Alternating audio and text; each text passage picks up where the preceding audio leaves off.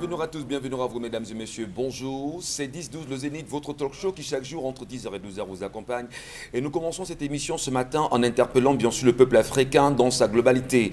Les Africains devraient-ils en même temps rester dans l'attitude qui serait la leur aujourd'hui, sans comprendre que depuis la traite négrière, il y a bien sûr ce qu'on appelle la charte de l'impérialisme qui est négociée. Souvenez-vous, qui a été repensée sous la conférence de Berlin de 1885 et plus tard, lors du sommet de Yalta, ils sont revenus repenser, on va dire les Occidentaux, cette charte sur l'impérialisme qui sera au mieux, bien évidemment, encadrée avec la Société des Nations, souvenez-vous, l'ancêtre de l'ONU aujourd'hui. Permettez-moi ce matin de vous lire deux articles en même temps qui pourront assurément rêver les Africains et que les Africains comprennent réellement qu'il y a des réalités incroyables autour. Mais surtout, allons dans la disposition générale pour dire que en article 1er, dans cette charte de l'impérialisme, de la devise justement de l'impérialisme, gouverner le monde et contrôler les richesses de la planète.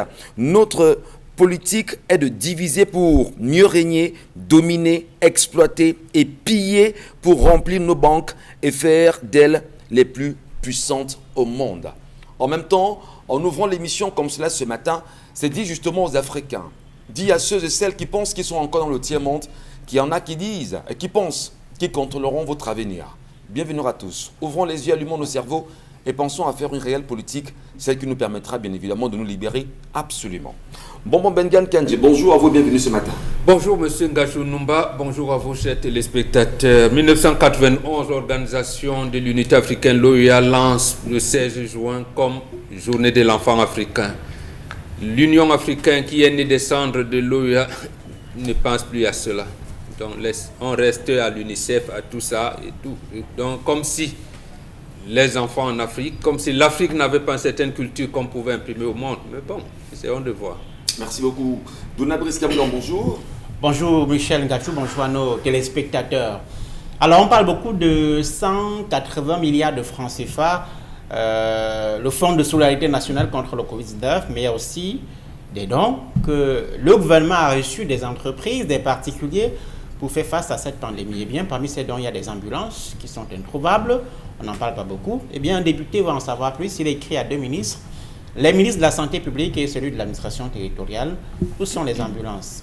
Question en français. Non seulement il faut rappeler que ce député, c'est Jean-Michel Lynch, aujourd'hui député de la Nation, député du Social Democratic Front au sein de l'Assemblée nationale. Où sont les 179 autres députés?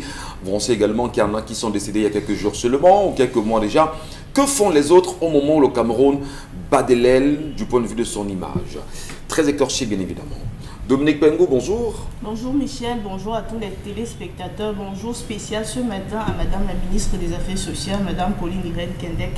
Bonjour et bonne fête ou encore bonne célébration de la 22e édition de la Journée de l'enfant africain. Il ne faut pas lui dire bonjour et qu'on a l'impression qu'elle travaille trop bien. Je fais un salut spécial. Ouais, parce c'est que sa journée. Vous pouvez lui dire bonjour, elle a l'impression que vraiment ce qu'il fait est correct et on apprécie sur Equinox. C'est sa journée. Voilà, c'est sa journée. Espérons qu'elle ait conscience que c'est sa journée. Elle est là, vous la connaissez moi? Espérons.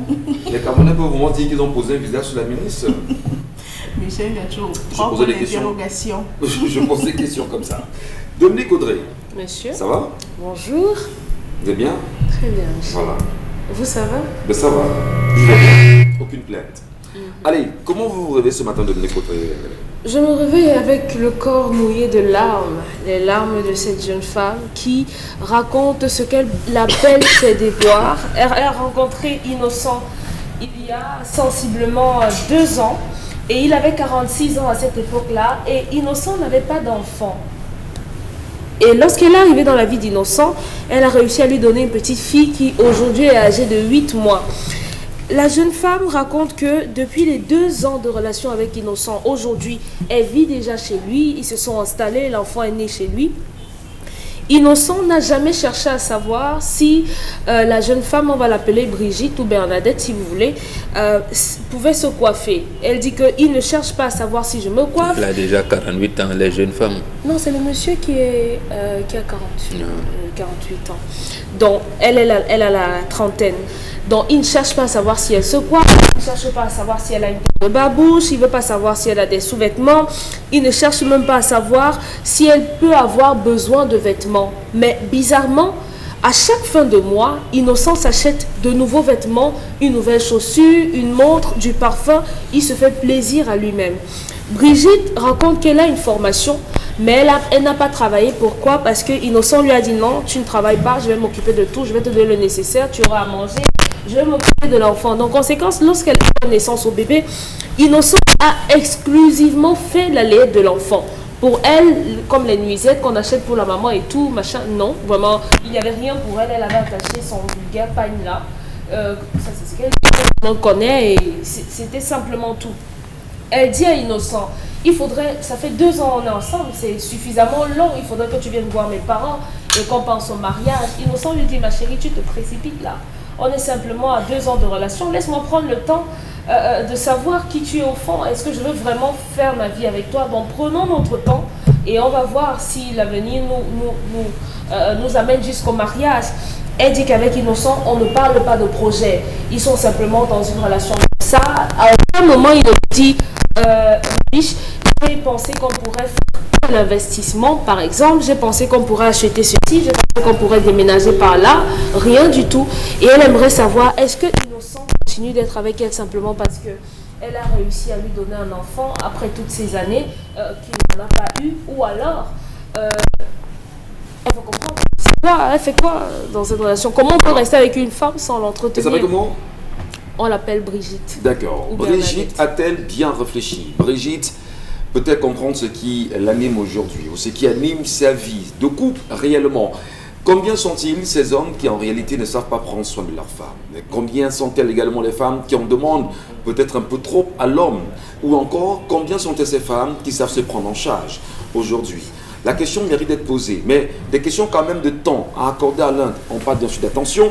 L'avenir, les projets, qu'est-ce qui peut faire problème qu'on ne puisse pas s'asseoir ensemble et mieux les concevoir? Je commence par vous ce matin, Donna Brice-Kamgan, justement sur la question, pour qu'on puisse très bien évoluer. Comment expliquez-vous, en entendant cette femme, que l'on vive avec elle sans prendre soin d'elle, sans se demander comment peut-elle quand même se faire une tresse, comment peut-elle se refaire son linge, comment peut-elle refaire sa garde-robe? L'argent de poche. Écoutez, on se demande, est-ce que c'est des questions qui devraient absolument animer les hommes aujourd'hui, je dirais en 2021? D'abord, mes encouragements innocents, parce que on a souvent entendu que les hommes engrossent les femmes et les filles s'enfuient. Ouais. Ce n'est pas le cas d'Innocent qui a 46 ans. Félicitations, cher ami. Tu as pris soin de cet enfant, tu as fait la liette, c'est responsable. On ne peut ne pas saluer ça. Vous savez même si ce n'est pas un acte. Permettez de Oui, je n'ai pas dit que c'était un acte de bravoure, mais c'est au moins une preuve qu'il y a des garçons responsables. Première chose. Deuxième chose, je note qu'il y a de la considération pour Brigitte, de la part d'Innocent. Je note qu'il y a de la considération. Pourquoi? Premier élément. Il aurait pu, comme on peut l'observer dans ce genre de situation dans notre société, ne pas accepter que Brigitte vienne habiter avec lui. Mais ils sont ensemble depuis 2 ans. Ça veut dire que Innocent a de la considération, a de l'estime. Je ne sais pas si c'est de l'amour, mais le fait de l'appeler pour habiter avec elle, ça signifie que Innocent a de la considération pour elle. Deuxième chose, ça fait 2 ans qu'ils sont ensemble. On nous dit que la femme ne fait rien. Ça signifie que depuis ces 2 ans, c'est l'homme qui dépense. Ils sont quand même sur le même toit. Oui, ils sont sur le même toit, ils se partagent la même couette, et ils se partagent les mêmes repas. Et j'ai oublié un détail, elle raconte qu'ils se sont mis ensemble sous la supervision des 2 parents parce que leurs papas sont amis. Donc c'est comme ça que l'arrangement voilà, s'est fait. C'est quoi, c'est arrangé? Donc les Non, parents on n'a pas dit arrangé. Non, sous la supervision. Les parents savent qu'ils sont ensemble, ils se disent que non, nous sommes des amis. Ils sont ensemble parce que leurs papas sont amis. Ah, d'accord.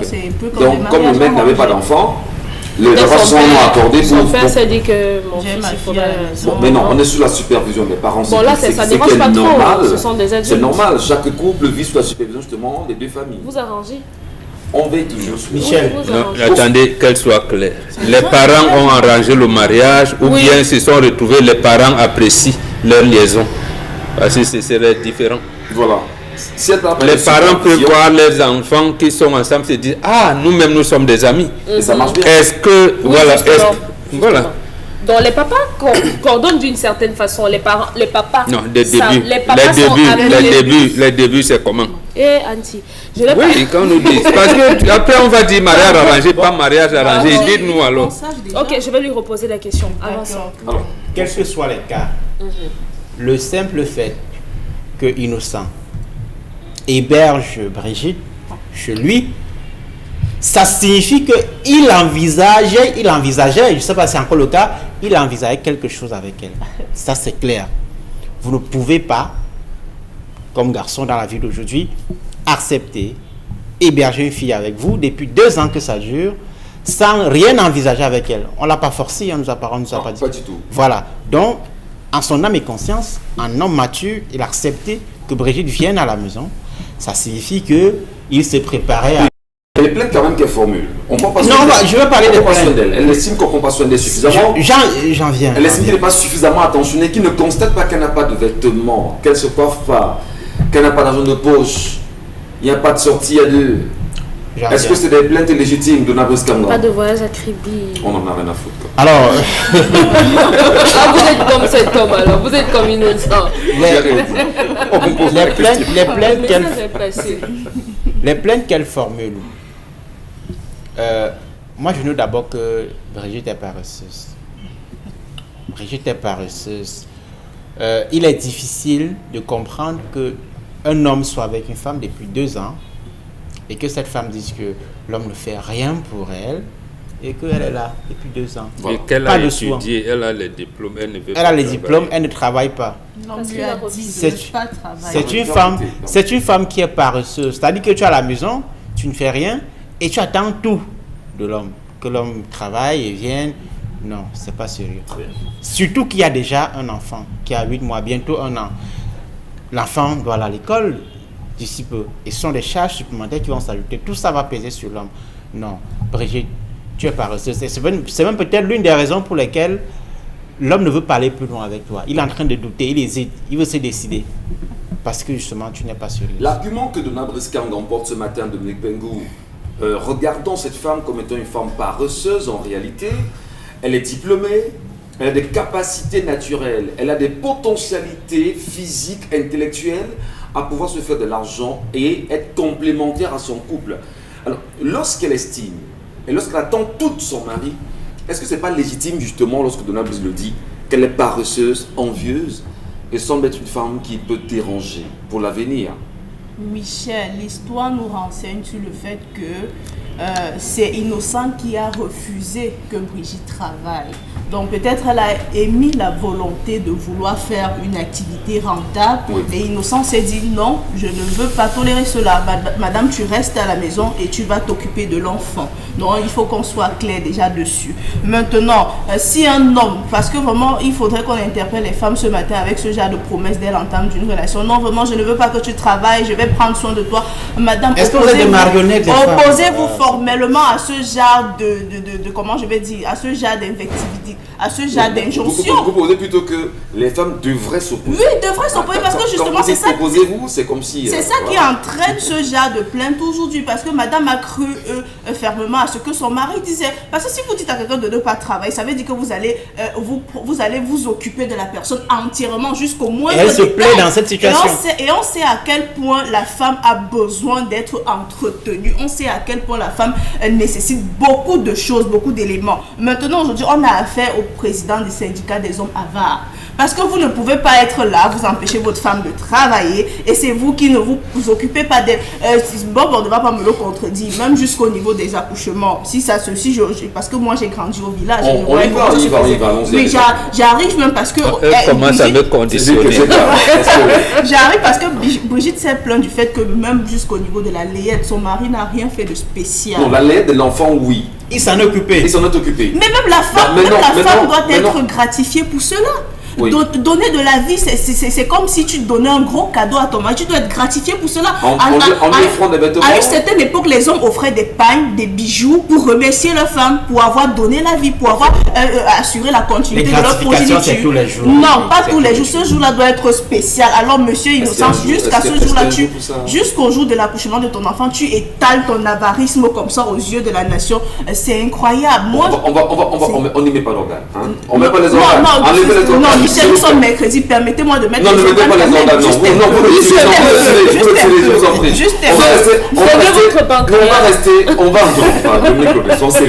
On va rester, je vais dire, oui.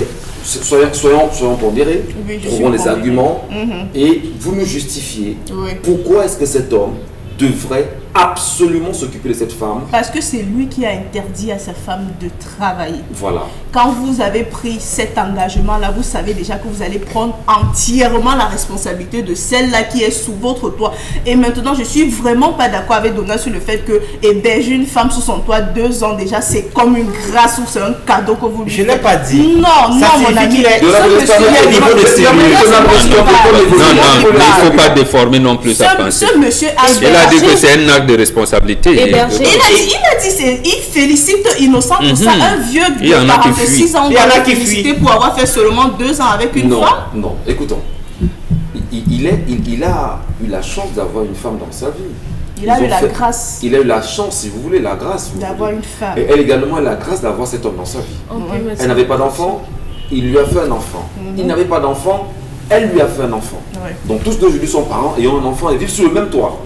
Est-ce qu'il n'est pas suffisamment responsable déjà en prenant la mère, l'enfant, en les hébergeant, en s'occupant d'eux véritablement? Est-ce que ces moyens lui permettent véritablement de s'occuper aisément? J'en venais, Michel, j'en venais encore. Parce que moi, je mets un accent sur la promesse de départ. Ma chérie, tu ne travailles pas, moi, je vais gérer tout ça. Ça signifie que vous avez largement les moyens de le faire. Maintenant, si vous ne le faites pas, ça veut dire que vous êtes tout simplement d'une mauvaise foi. Donc, vraiment, ce matin, si vous sentez dans une relation qu'un homme est avare, il faut se retirer parce que c'est très nocif pour la femme. Le simple fait d'héberger une femme, ça ne suffit pas. On héberge, on assume les responsabilités qui vont avec. Merci beaucoup. Bon, Bengan. Michel, ça me fait mal de l'entendre. Le mot héberger. Vous ne pouvez pas dire héberger, elle n'est pas sans abri. Vous prenez l'enfant de la parole de Nick Audrey. Calmez-vous, votre tout viendra. Hein? D'accord. Voilà. Donnons la parole à Mbombo. Héberger. D'abord. Okay. Mbombo, vous avez certainement eu des situations pareilles. Vous avez l'expérience que personne ici n'a. Et il y a des gens qui nous regardent au quartier qui ont leur expérience aussi. Comment s'occuper des femmes à l'époque? Dites-nous, vous vous occupez d'elles comment? Pourquoi on arrive aujourd'hui en 2021 et qu'on a des problèmes en permanence où je veux l'argent pour me coiffer, je veux l'argent pour m'habiller, je veux l'argent pour mettre ici égal sur moi, je veux tel parfum? Comment ça se passait avec nos parents, nos mamans surtout?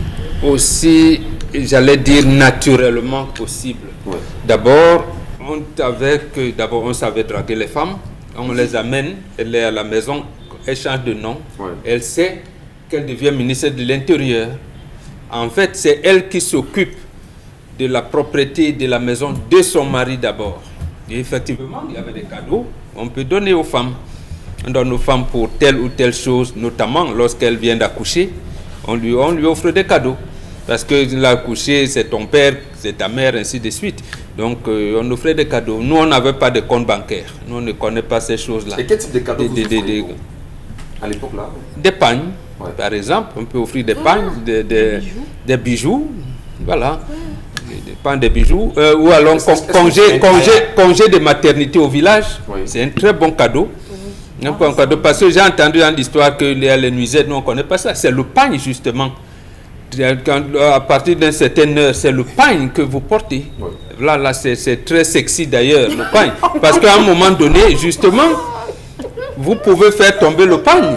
Vous pouvez faire semblant. Il y a des manières parce que justement, justement, les nuisettes, c'est une vie de vingordage, ça. Donc en fait, oui, ça pousse vers la dépravation, alors que le pagne, alors c'est plus sexy. Et voilà, donc voilà, c'est de donc il faut quand même.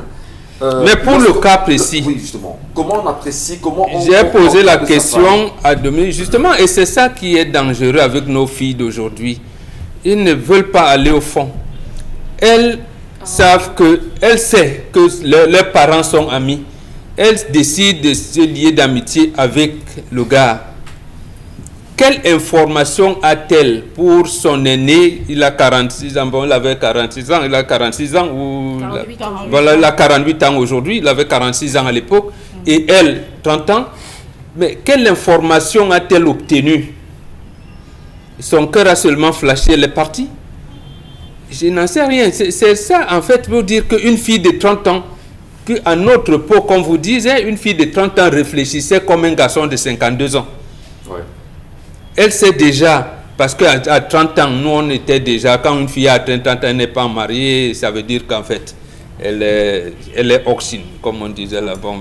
On disait oui, parce qu'à 20 ans déjà, on assumait sa maternité. Mais bon, peut-être qu'elle allait à l'école, elle a pu avoir des trucs. Mais déjà, à 30 ans, elle aurait dû être en train de travailler. Elle aurait dû donc, son mari l'aurait trouvé en train de mener une activité génératrice de revenus. Peut-être qu'elle n'a pas de travail salarié. C'est pour ça que je partage le point de vue de Donald Brice. Elle est paresseuse. Vous n'avez pas des informations sur celui qui est supposé être votre grand frère parce que vos parents se connaissent. Vous ne vous déployez pas dans la vie parce que la vie est difficile. Vous vous dites, c'est l'homme qui va, c'est l'homme qui va, c'est l'homme qui va, c'est l'homme qui va. Maintenant, l'homme donc, à ce moment, peut-être en train de faire des économies pour leur future maison. Peut-être. Pourquoi on ne peut pas imaginer des formules où l'homme est en train de vouloir faire des économies pour une vie meilleure ailleurs. On imagine seulement que non.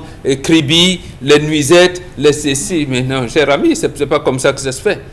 C'est pas comme ça. Autre chose, pourquoi ne se fie-t-elle pas à son papa en lui disant, mais le fils de ton ami, papa, le fils de ton ami, est-ce que tu sais que, parce que demain, dans le processus de la dot, qu'est-ce qu'on va dire des deux?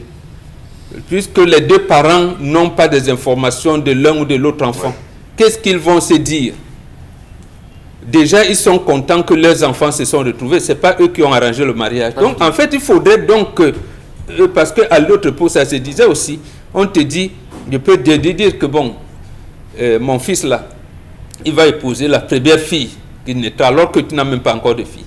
Donc, on tissait le mariage comme ça. Ceux-ci n'ont pas tissé, mais ils sont contents de voir leurs enfants être ensemble. Donc, comment la fille fait-elle pour pérenniser les liens d'amitié et d'amour qui existent entre leurs deux parents? En posant le problème à son père, notamment en disant que est-ce que tu sais que... Est-ce que c'est l'occasion de dire justement à nos sœurs qui nous regardent et qui se retrouveraient certainement dans cette posture que madame, travaillez et méritez ce que vous avez, ce que vous voulez, sans pour autant attendre tout de votre mari quand même. Mais justement, elle doit travailler. Elle doit, c'est-à-dire que dans ce genre de situation, je te conseille, ma fille, trouve un travail. Que ton homme vient, tu lui dises que, non, comme tu vois, moi aussi, je vais commencer à sortir. L'enfant a déjà 2 ans. Donc, je peux. Donc, vous le mettez dans une situation de fait accompli, justement, parce que vous voulez vous occuper de l'enfant. Mais ne revendiquez pas seulement les cadeaux. Le gars n'a pas donné. D'accord. Mais trouvez du travail, mettez-le devant le fait accompli. Voilà. Alors, Dominique Audrey, vous l'aviez entendu, vous l'avez écouté, vous l'aviez certainement... Vous étiez la première justement à sentir cette histoire que vous nous ramenez ce matin. Quel est votre regard? Comment aider cette femme à se retrouver et comment appeler le mari justement à ce qu'elle considère comme étant ses responsabilités à lui? Je crois qu'il faut d'abord... Je suis Donald Brice Kamgan. Oui. Lorsque vous décidez de partager votre vie avec une femme et que vous partagez le même toit, vous ne l'hébergez pas parce qu'elle ne dormait pas dans la rue. Vraiment, moi, je ne comprends pas comment on peut, une femme qui vous fait à manger, elle vous fait sourire le matin. Non, maman, c'est mariée et avant vous l'âge de dites, 20 ans. et vous osez dire que vous l'hébergez parce qu'elle est SDF. Non, moi je suis pas d'accord. C'est pas ça. Vous pouvez pas. Ne prenez pas ça dans le sens péjoratif. Non, vous aurez donc dû donner un autre mot pour Vous dire pouvez ça trouver parce que vous faites une plus caricature. plus valorisant. Franchement, Donc, le mot héberger, je suis c'est pas problème. d'accord. Non, ça fait problème Bon. parce que héberger c'est insultant. C'est-à-dire qu'on allait ramasser celle-là derrière un bac à Non. ordures là-bas. On lui a donné un toit, on lui fait à manger et par-dessus le marché, la bonne dame s'attend à ce qu'on lui achète des mèches et des chaussures. Héberger signifie en français accueillir quelqu'un Donc, chez soi. Accueillir quelqu'un. On a quand même un toit. Bon, accueillir quelqu'un, monsieur. Je Mais suis vous, pas... vous acceptez quand même changer d'identité, Madame Bengan. Ne dites pas accueillir. Madame Bengan, Ne dites pourquoi pas vous changez accueillir. d'identité? Épouser une femme, ce n'est pas l'accueillir. Je ne suis pas d'accord avec ça. Ils sont pas mariés. Ils sont pas mariés les deux. Pas du Mais ils tout. consomment ça. Hein? Mais ils sont pas mariés. Laissons Ok. donne-nous la situation de... Je suis contente ce matin parce que enfin, Bombo convient avec moi que les femmes doivent travailler. Mais je l'ai toujours dit. Je le dis ici tous les jours. Donc, l'histoire de cette femme est la peinture parfaite de ce que sont les hommes aujourd'hui. Non. Oui, monsieur. Et l'histoire de la femme aussi. Parce que, non, c'est une fille ingénue. C'est une fille naïve qui a été trompée. Voilà. Mais ma chère dame, l'amour, c'est plus... L'amour n'existe pas. L'amour n'existe pas. On n'est pas d'accord. Si à 30 ans, vous apprenez à une femme comment gagner de l'argent, c'est une paresseuse. Permettez, Dominique Audrey, l'amour existe bel et bien. Dixit un amoureux. Oui, Voilà. l'amour Pour ceux qui n'y existe croient pas, bel et pour bien. ceux... comme- C'est pas un problème. C'est pas un problème de croyance, Dominique. Excusez-moi, Ben, c'est comme monsieur, si, monsieur non, Ngachou, l'amour existe bel et monsieur bien. Ngachou, il y a des choses en quoi dont vous croyez en l'existence et dont moi, je ne crois pas. C'est pas Et la je vous croyance. dis donc, hein, pour avoir essayé l'expérience, l'amour là, ça n'existe pas. Non. Donc, ma chère dame, On n'est pas il d'accord. faut vous réveiller. Réveillez-vous. C'est à quelle époque vos parents ont fini de financer vos études? Vous avez fait une formation et quelqu'un sort de nulle part en 2 ans dans votre vie, 2 ans simplement dans votre vie. Vous décidez de tout foutre en l'air au nom du mariage, pour le suivre. Et aujourd'hui, vous êtes simplement la ménagère, la machine à faire bébé. Je suis d'accord avec Ben, vous. Il n'y a qu'un enfant. Hein. Mais- On a l'impression qu'il y a deux Mais ça, enfants. au moins, la nature Oui, ne il peut pas... en a 2. L'enfant Dominique, aujourd'hui ça, au avec moi, moins, ça la veut dire que nature la ne peut première- pas renverser ça. Vous ne verrez jamais un homme enceinte.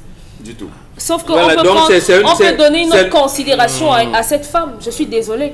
Vous n'allez pas aller prendre l'enfant de quelqu'un chez elle et venir la mettre chez vous comme un pot de fleurs. Je crois que les femmes aujourd'hui, en 2021, devraient se donner un peu plus de valeur. Donnez-vous un peu plus de considération. Je le dis ici, une femme qui a son argent est respectée. Si vous êtes dépendante d'un homme, il va vous marcher dessus. Faites savoir à tous ces hommes-là. C'est faux. Faites savoir, Ngachou, moi je ne sais pas quel genre de femme vous fréquentez. Non, c'est faux. Mais l'environnement dans lequel j'ai été moulée, Non, c'est faux. l'environnement dans lequel j'ai été moulée m'apprend ça. Les vous avez une hommes, expérience, mais elle n'est pas, elle n'est les pas hommes, commune, mais hein. je parle des gens, justement, Oui. celles qui n'ont pas eu mon expérience et qui ont vécu Non, dans vous êtes dans d'autres l'espérance mondes à vous. occidentalisée. Ça, Chez nous, les Bantous, c'est la complémentarité. Je vous en prie. On parle de complémentarité. Chez nous, on ne parle pas de dépendance de l'un ou de l'autre. Permettez que je fasse ma prêche. Allons-y, Parce que vous êtes dans un autre mood. Et chaque jour ici sur ce plateau, on a la vérification par 1 A plus B que ça ne marche pas. Toutes les femmes qui font mine d'être de bonnes femmes soumises, attentives, obéissantes, machin et tout, reviennent toujours par pleurer parce que oui, le mari a dit que je ne dois pas faire ci, je ne le fais Les pas. femmes doivent Et je suis rester une bonne attentives. femme. Donc, madame, voilà donc les conséquences de votre attention. Vous êtes dans la maison d'un homme qui tous les jours va faire du shopping et n'est pas capable de vous donner ne serait-ce que 2000 francs, parce qu'on vend des sous-vêtements à 250. 2000 francs pour que vous en achetiez au moins une fois tous les 3 mois. Ce n'est pas normal. Très bien. Donc, chère dame, vous avez peut-être fait une formation, le travail est difficile, c'est sûr, mais avec la ration qu'on vous donne, vous pouvez faire des économies. Commencez par vendre une Ah, on lui donne la ration. Ouais, bon, donc, est-ce que c'est le mari qui rationne? Je sais que lorsqu'on donne la ration à une dame, les hommes le savent. Bon, allez savoir combien Les on hommes donne. le savent. Bon, vous êtes 2 ou 3 à la maison, vous savez que voilà, pour la journée, on vous donne 10 000. On ne peut pas manger 10 000. On est 4, on ne peut pas manger 10 000 dans une maison. Ah, pour combien de jours? Non, je ne sais pas, la journée, on peut pour 2 jours. Vous devez aller marcher. On ne peut pas manger 10 000 le temps d'une journée. Parce que la femme coupe toujours pour faire ses économies. Non, quand on te donne 10 000, il sait forcément qu'il y a un 2 ou 3 000 en dessus. Il y en a qui donnent 500 000. Ça, c'est pour madame. Je dis, Michel Gachou. Pourquoi vous prenez toujours Lorsque il n'y a pas le charbon, c'est vous qui achetez. Non. Lorsqu'il n'y a pas le savon en poudre, c'est vous qui achetez. C'est l'homme qui achète. Quel homme achète? C'est l'homme qui achète. Quel homme Parce qu'il achète? vous donne de l'argent. C'est vous qui achetez les Il vous plats. donne de l'argent. Il vous donne de l'argent. Il s'occupe justement de tous ces combustibles, le gaz, etc. Il s'en occupe. C'est lui qui paie les factures, etc. Il s'en occupe. On fait le Si pont on vous pour donne 2 10 jours 000, à hauteur de si combien? nous sommes 3 à la maison avec un bébé, je vous donne 10 000 pour la ration. Le kilo de Je porc, sais- c'est combien? Et j'ai pas besoin de mon forcément du porc. Sachez donc que les 10 000 que vous donnez pour 2 jours, là, ça ne donne rien. Non, Vous madame. voulez manger le On vous bifaka? donne. C'est un C'est ça. poisson, madame. Nous sommes à la télé, vous dites ça. Mais lorsqu'on va vous servir ça à la maison, c'est vous qui allez cracher sur cette femme, botter les plats. Non, je ne suis pas d'accord avec ça. Michel Gachou, donner 5 000 pour une journée, c'est petit. Il faut reconnaître le travail des femmes. Les gens nous regardent, et il faut prendre en compte le fait que les gens vivent avec leurs moyens. Il y a des familles où les gens ne parviennent pas à avoir le kilogramme de riz de la journée. Oui.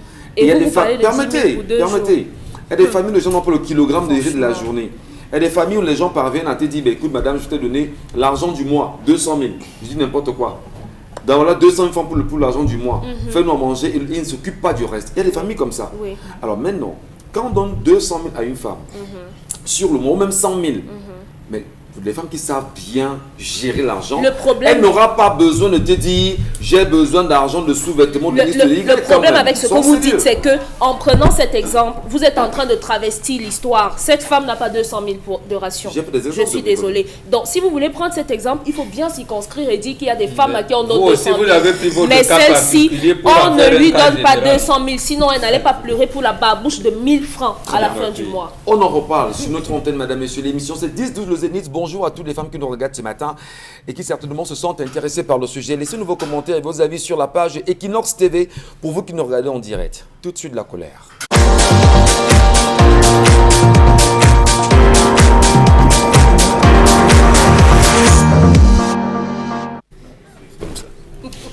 J'interpelle la conscience nationale ce matin sur le fardeau des entreprises publiques pour l'État du Cameroun.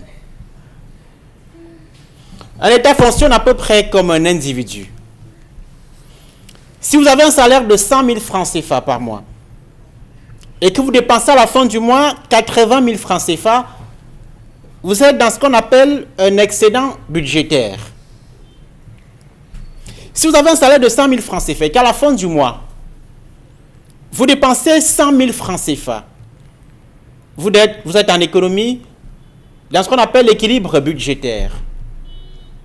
Par contre, si vous gagnez 100 000 francs CFA à la fin du mois et qu'à la fin du mois, vous dépensez 150 000 francs CFA, vous êtes dans le déficit budgétaire. Que se passe-t-il avec l'État du Cameroun? L'État du Cameroun, c'est nous tous. C'est vous, c'est moi, sont les ministres, la présidence, l'administration centrale. L'État contracte des dettes au niveau central, mais ses enfants également contractent des dettes pour financer leurs activités. Ces enfants-là, ce sont les entreprises publiques et parapubliques. Jusqu'en 2017, 37 entreprises nationales publiques ont cumulé des dettes de l'ordre de 2600 milliards de francs CFA. Je dis bien 2600 milliards de francs CFA pour 37 entreprises seulement. En tête de ces entreprises, les dettes de Camtel, de la Sonara et de la Camwater représentent plus de 1000 milliards de francs CFA à elles seules. 1000 milliards de francs CFA pour ces trois entreprises. Le plus gros problème pour ces dettes, c'est que d'après de récentes études, les entreprises en question, la Sonara, la Camtel et la Camwater, ne sont plus à même de rembourser ces dettes. C'est grave, n'est-ce pas? Passons. Les récentes données sur la dette des entreprises publiques au Cameroun montrent qu'elles ont accumulé une dette dont la valeur est évaluée aujourd'hui à près de 9 200 milliards de francs CFA. 9 200 milliards de francs. Un fait qui en soi est un scandale, car comment une telle information peut être digérée dans un pays où l'on importe quasiment tout, où quasiment aucune entreprise publique ne justifie d'un service de qualité acceptable auprès des citoyens? D'abord, sur le simple principe, un bon nombre de directeurs généraux d'entreprises publiques sont en poste depuis plus de 9 ans, c'est-à-dire qu'ils violent allègrement les dispositions de la loi du 22 décembre 1999 portant statut des entreprises du secteur public et parapublic. Signalons que cette loi a été révisée en 2017, mais cette disposition sur le mandat des directeurs généraux, elle n'a pas changé. L'accumulation des dettes par les entreprises publiques ne peut que rappeler la gabégie et la navigation à vue qui gouvernent la plupart des entreprises publiques au Cameroun. Ce sont des entreprises où les directeurs généraux, cela coule douce. Tenez, le décret de juin 2019 qui fixe les catégories d'entreprises publiques, la rémunération, les indemnités et les avantages de leurs dirigeants est assez édifiant là-dessus. Ce texte classe les entreprises en 5 catégories en fonction de leur chiffre d'affaires. C'est un texte qui a été signé par le ministre des Finances. D'après ce décret, le salaire d'un directeur général d'une entreprise publique de première catégorie est de 3 millions de francs CFA. 3 millions. Il faut ajouter à ce salaire le 1/5 de son montant, soit 600 000 francs CFA, qui représente l'indemnité mensuelle de responsabilité de ces directeurs généraux. Il faut également ajouter 750 000 francs CFA comme frais de loyer mensuel qui est supporté par l'entreprise que le directeur général dirige. Cette somme doit lui être versée s'il habite son domicile propre, c'est-à-dire construit à ses frais. En plus de 2 voitures de fonction, il a droit à un forfait mensuel de carburant, d'eau, d'électricité, de téléphone, de domesticité, d'un gardien de nuit et de jour. Il doit être soigné aux frais de l'entreprise. Son évacuation sanitaire est supportée par l'entreprise. Son équipement de maison est renouvelé chaque 5 ans. Au minimum, un directeur général d'entreprise publique coûte, pour la première catégorie, 12 millions de francs CFA par mois. 12 millions. Salaire et avantages compris. Il faut y ajouter également ses frais d'émission. C'est 150 000 francs CFA de frais d'émission s'il est au Cameroun et 250 000 francs CFA par jour s'il est hors du Cameroun. C'est la loi qui le dit. Voilà le train de vie d'un directeur général d'entreprise publique.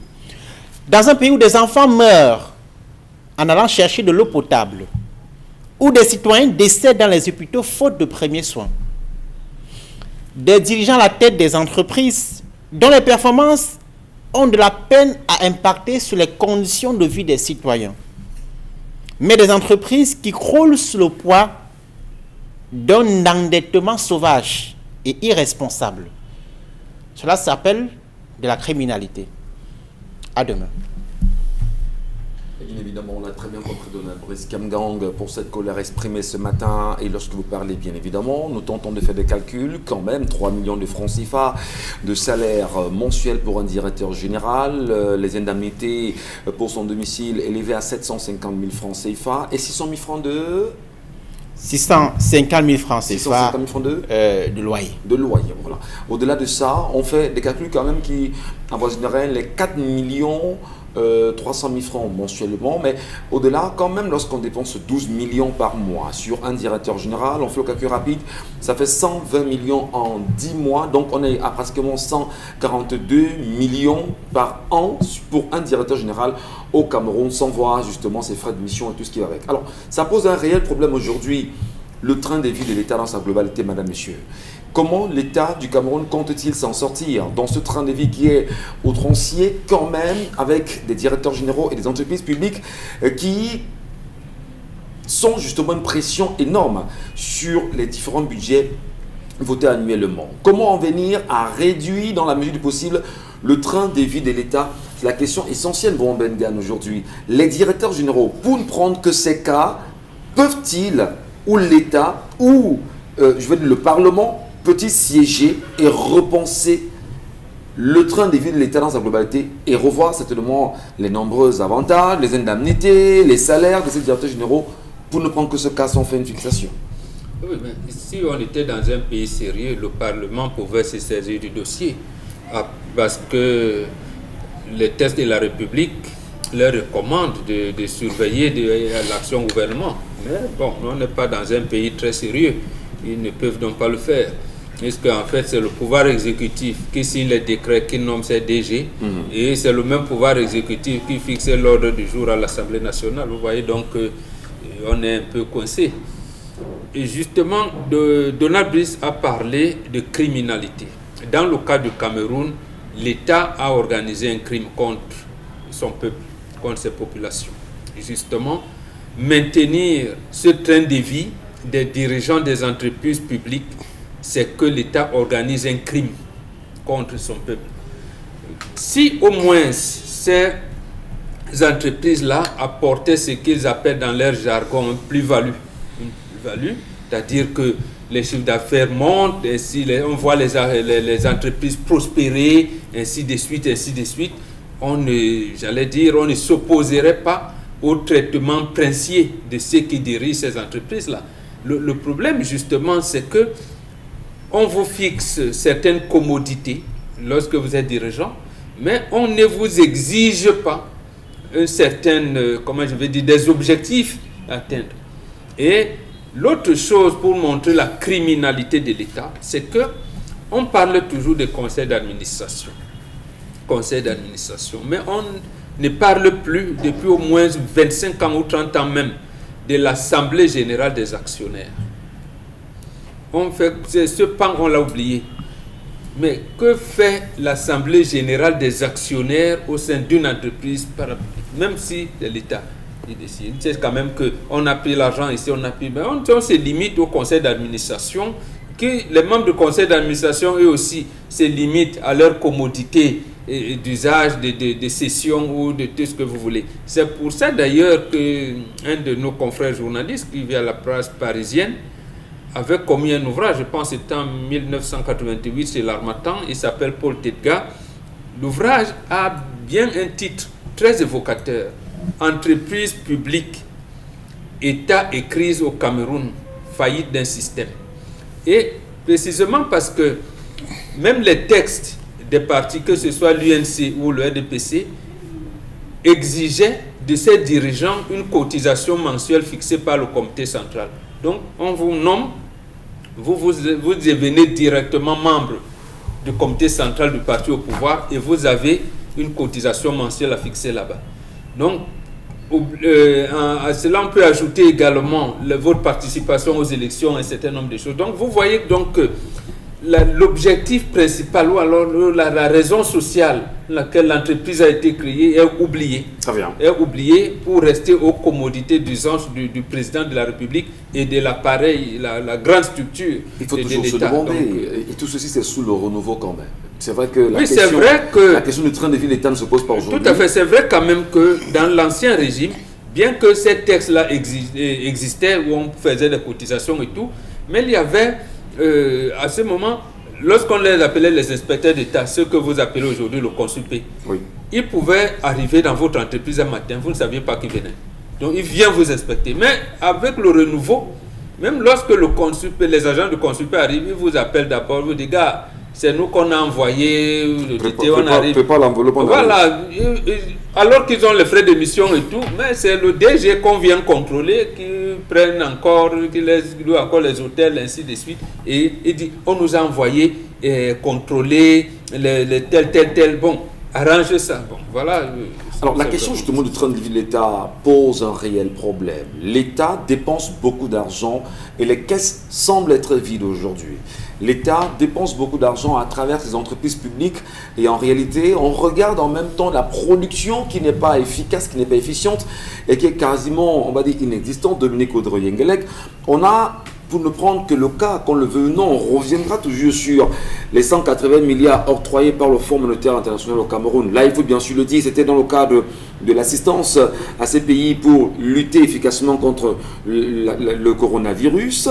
Alors, voilà le Cameroun qui va tendre encore la main à la Banque mondiale pour se faire un peu d'argent et pour remettre au niveau du Cameroun, pour refinancer, recapitaliser les entreprises publiques qui ne rapportent rien au final.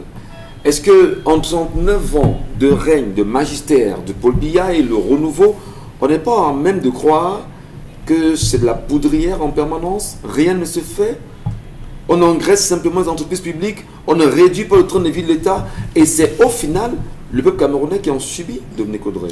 Et ce n'est pas fini, ça va continuer ainsi. C'est tellement incongru d'avoir cet argent qu'on prend encore, alors qu'il y a quelques jours, le FMI a produit un rapport à la demande des autorités camerounaises qui avaient besoin d'une sorte d'audit pour comprendre le pourquoi du mal fonctionnement, ou bien de pourquoi fonctionnent mal les entreprises publiques camerounaises. Et figurez-vous que dans ce rapport du mois de mai 2021, que les téléspectateurs peuvent aller consulter, on a dressé un tableau en précisant les montants de salaire du PCA au DGA de ces différentes entreprises-là. Vous allez tomber à la renverse parce que les salaires vont même jusqu'à 6 millions. Je ne sais pas si je dois donner les entreprises. On a 5 millions plus 1 million pour les responsabilités du DGA. On a 6 millions plus 200 000 d'indemnités de responsabilité. On a des salaires de 2,5 millions, de 2 millions, d'1,5 million par mois. On faisait un petit calcul tout à l'heure. On a 142 millions sur l'année pour un directeur. Oui. On ne pense pas encore au directeur général adjoint. On ne pense peut-être aux ressources humaines. On ne pense pas, du moins, au cadre. On ne parle que d'un directeur. Vous n'avez pas parlé des indemnités de cession, vous n'avez pas parlé des allocations, des PCA et tout ça. Donc, on va plus loin que dans 200 millions sur l'année. Oui, dans ce rapport, il est clairement mentionné que on ne peut pas. Les entreprises doivent avoir une refonte. On doit restructurer la plupart des entreprises camerounaises parce qu'à la base, ce sont des entreprises qui sont censées être productives. Comment on va donner un salaire de 6 millions à quelqu'un qui, au cours de l'année, ne produit pas? On paye la personne sur la base de quoi et avec quel fonds? Parce qu'on vous donne un capital de 100 000 et à la fin, vous vous retrouvez avec 30 000. Tout ce qui vous reste comme capital intérêt réuni, 30 000. Mais on est censé vous payer quasiment 100 000 ou bien 120 à 110 000. Où est-ce qu'on prend cet argent? On est obligé de tendre la main aux partenaires étrangers qui vont encore donner. On va encore remettre dans cette même entreprise qui ne fonctionnera pas et ainsi de suite. C'est une sorte d'engrenage qui n'en finit pas. Donc, la plupart de ces entreprises sont censées être rentables. Et par conséquent, si on ne les restructure pas, bon, les économistes pourraient utiliser les termes appropriés, vous comprenez ? Voilà, si on ne les restructure pas, on ne pourra pas s'en sortir. Donc, il faut revoir au niveau du personnel, il faut revoir les qualifications du personnel qu'on envoie dans ces différentes entreprises-là. Parce que si vous allez prendre quelqu'un qui ne comprend rien à un domaine précis et vous le mettez là-bas, il ne faudrait pas qu'on s'attende à ce que la personne soit à même de pouvoir donner une certaine vitalité ou bien une certaine vie à cette entreprise-là. Donc, si on s'en tient à ce rapport du FMI, il y a plein d'aménagements qui devront être faits et on pourrait amplement réduire ou bien revoir ce genre de situation. Puisqu'on en parlera de Miko de Royengalek ce matin, j'aimerais faire un petit clin d'œil à un téléspectateur avec qui j'ai changé encore il y a quelques jours sur les réalités contextuelles entre la France, ses colonies et la Grande-Bretagne, y compris l'Allemagne. Et lui de me dire que lorsque vous allez en Allemagne, on va, lorsqu'on prend sa pause, c'est 1 heure. Allez, l'Allemand, lui, quand il mange, il fait ce qu'on appelle les plats poubelles. Tout y est dedans. Et il mange en 1 heure, il prend sa pause et il retourne bosser. Alors que le français, il faut prendre du temps pour manger. On peut prendre 3 ou 4 heures de temps. On a l'impression finalement que tout a été pensé pour retenir l'Africain dans la pauvreté. On en reparlera justement dans la deuxième partie.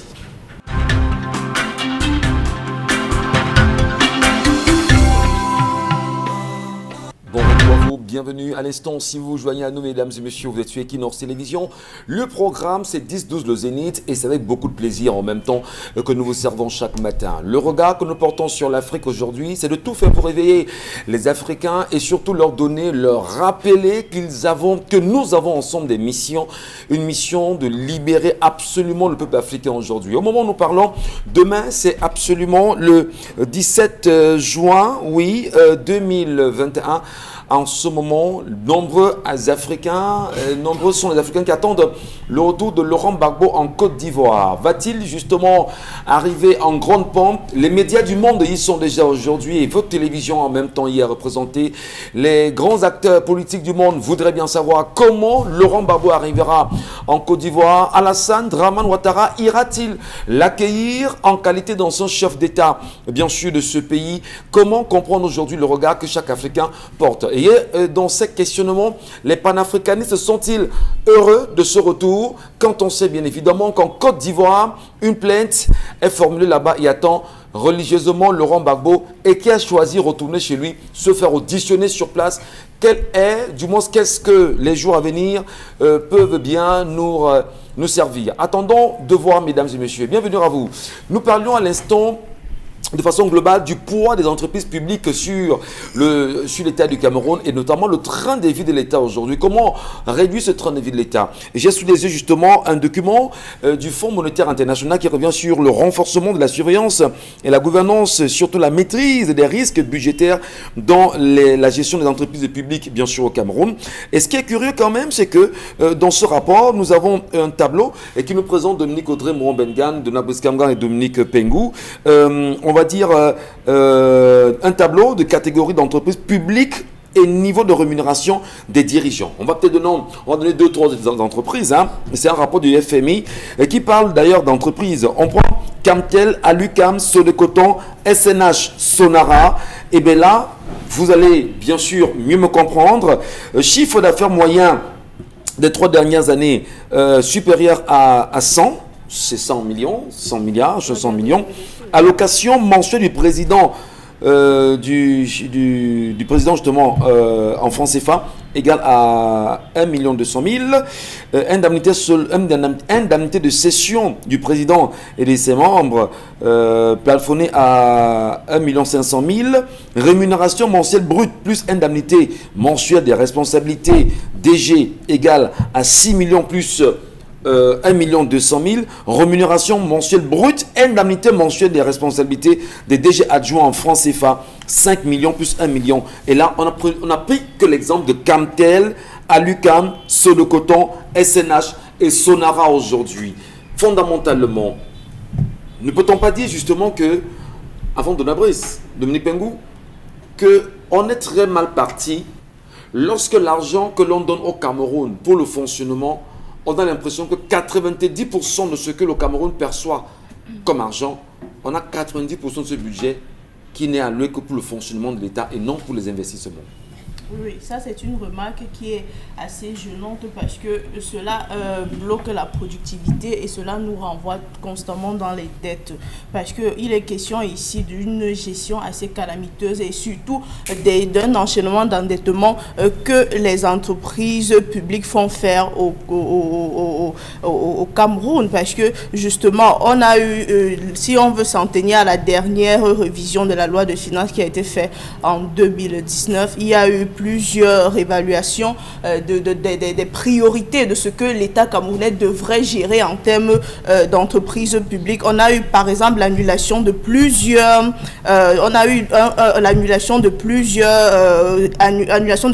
séminaires, de plusieurs ateliers, que ces directeurs sont censés faire même sur le plan international, que ce soit sur le plan national, tout simplement parce qu'il fallait énormément réduire le budget, puisque le train de vie, voilà, le train de vie de ces patrons, de ces patrons d'entreprise également, disons qu'on a donc profité de Covid pour pouvoir réduire cela. On a même annulé beaucoup de choses parce que l'État camerounais n'a pas pu organiser les parades, les traditionnelles parades des fêtes de l'unité. Oui,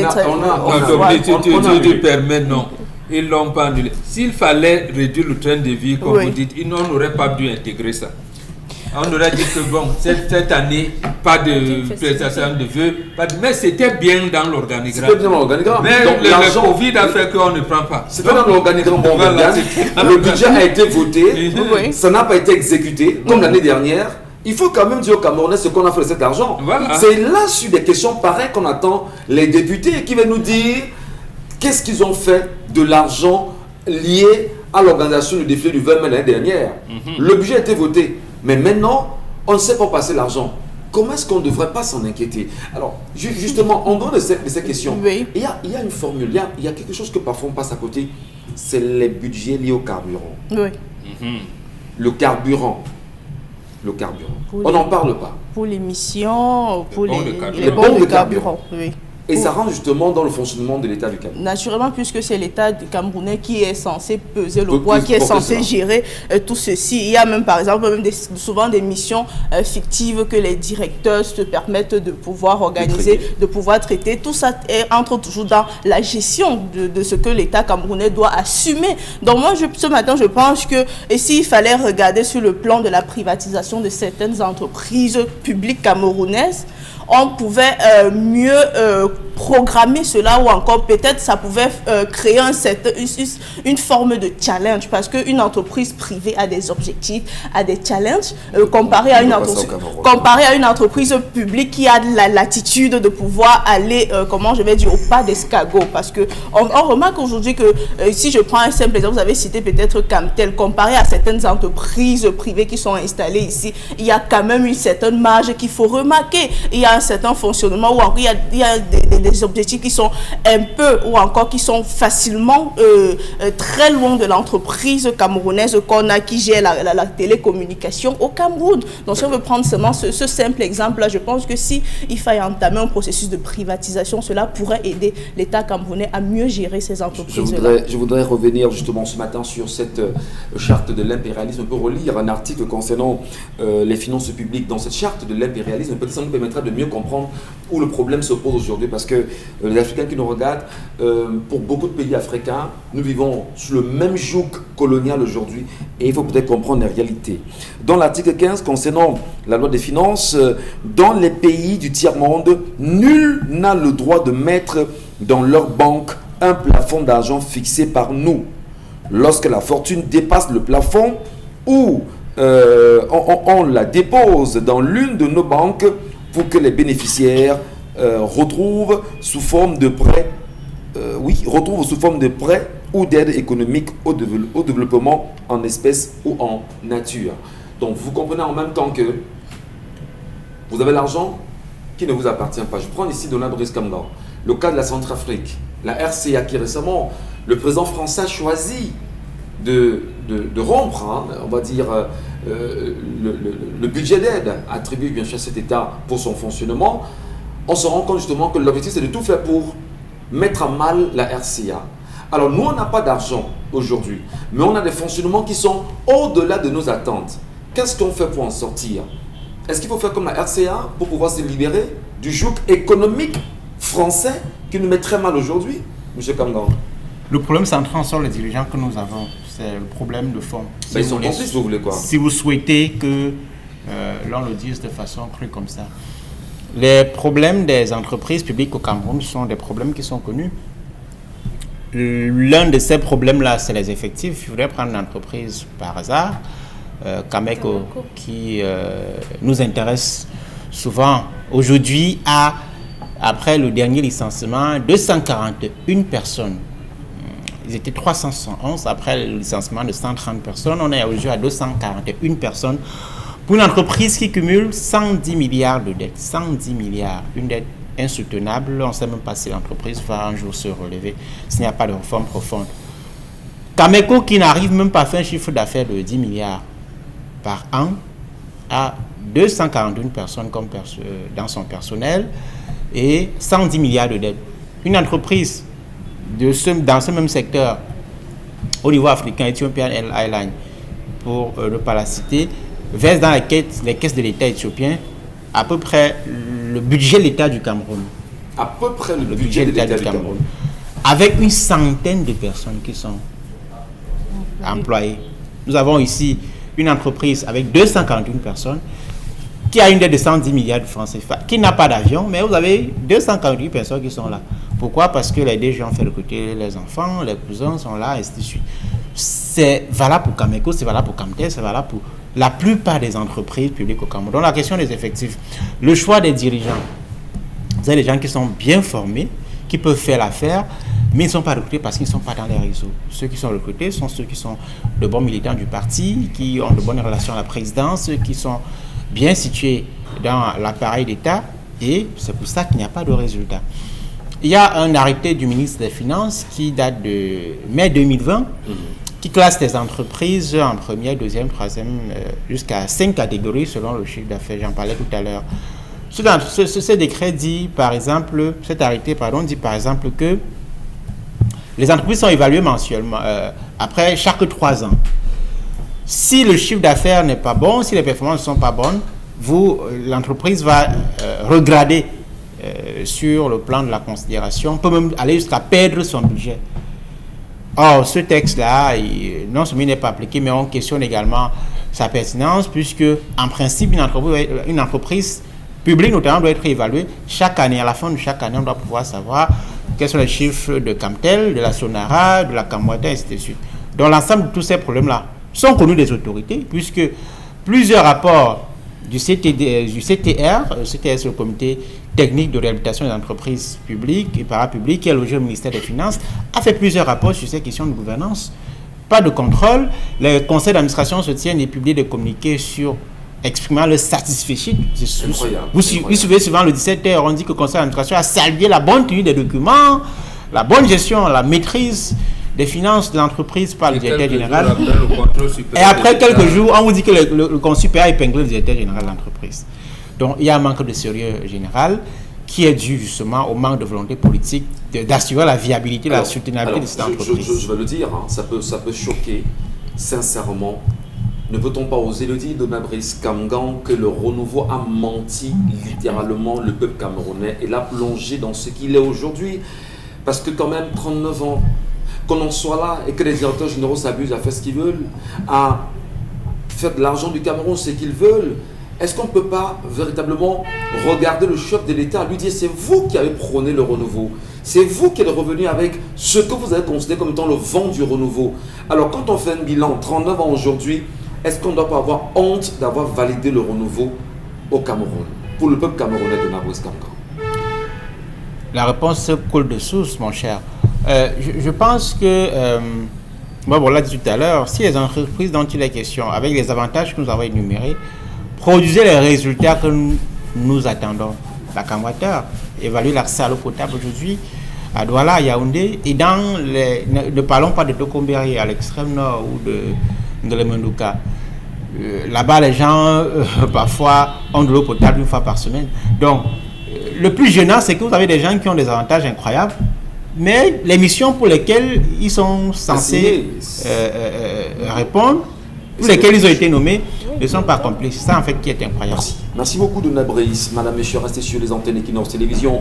Le programme, c'est 10-12 le Zénith. Nous poursuivons cette édition avec vous, tout en espérant que les nombreux directeurs généraux qui nous regardent aujourd'hui, on s'en souvient quand même, Nambomo Bengan, qui a eu ses directeurs, ce PCA, je pense bien, de l'ARCEL, l'agence de régulation du secteur de l'électricité, qui avait démissionné, parce qu'il estimait quand même... Il a arrivé à terme. Il était arrivé à terme, il a fait 9 ans quand même à la tête de l'ARCEL. Et ça, c'est une violation incroyable. Vous avez un texte... aussi, voilà. Le professeur Biolet, qui était directeur général adjoint de l'Institut de management public, oui. Il y a un texte qui dit qu'un DG ne doit pas être en poste, DG déjà adjoint d'ailleurs, ne doit pas être en poste au-delà de 9 ans. Au Cameroun, vous avez des gens qui sont là depuis 15 ans, non, 17 depuis 30 ans, vous avez une vingtaine d'années. Vous avez le Il y a eu une note. Il y avait eu une note d'ailleurs qui venait du secrétaire général président de la République pour le Premier ministre en disant que qui vous a dit de partir, donc laissez-les en l'état. Voilà. Il y a eu un conflit à l'époque justement. Alors bien sûr, les Camerounais devraient peut-être mieux comprendre aujourd'hui ce que le renouveau a rapporté. Et au-delà des questionnements évidents apportés chaque matin ou chaque jour, le peuple se demande comment changer, comment renverser la vapeur, mais surtout, beaucoup pensent qu'il faudrait revoir ce qu'on appelle aujourd'hui le code ou la loi électorale, voire le système électoral dans sa globalité au Cameroun, pour permettre aux Camerounais de décider de ce qu'ils veulent. Chose qui ne se fera sûrement pas pour ceux qui prendront le risque d'aller télécharger la charte de l'impérialisme et de comprendre exactement quel est le vœu porté par les Occidentaux sur les pays africains aujourd'hui.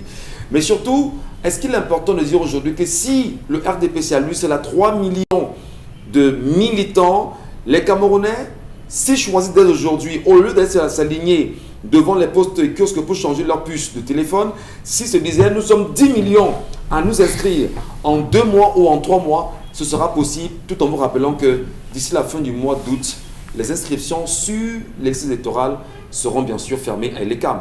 Et ce qui est dommage, on ne fait pas de campagne. Et pourtant, c'est un devoir civique et citoyen pour chacun. Allez, les messages, Dominique Audrey.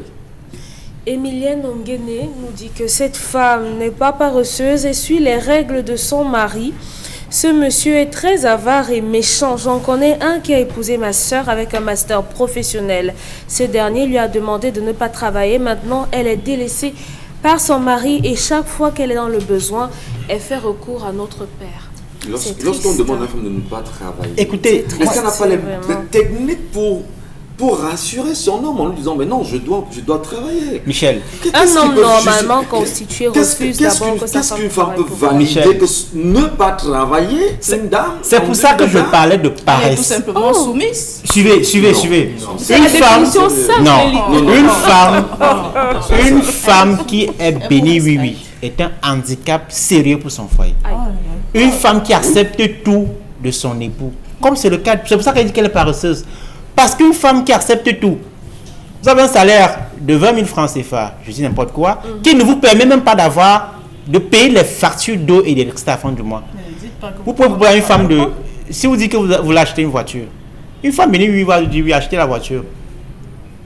Et le foyer, qu'est-ce qu'il devient? Et rejeter les vrais projets. Et puis je pense même qu'il y a même des hommes qui font des tests, c'est-à-dire que j'ai un salaire qui ne me permet pas d'avoir un certain nombre de commodités.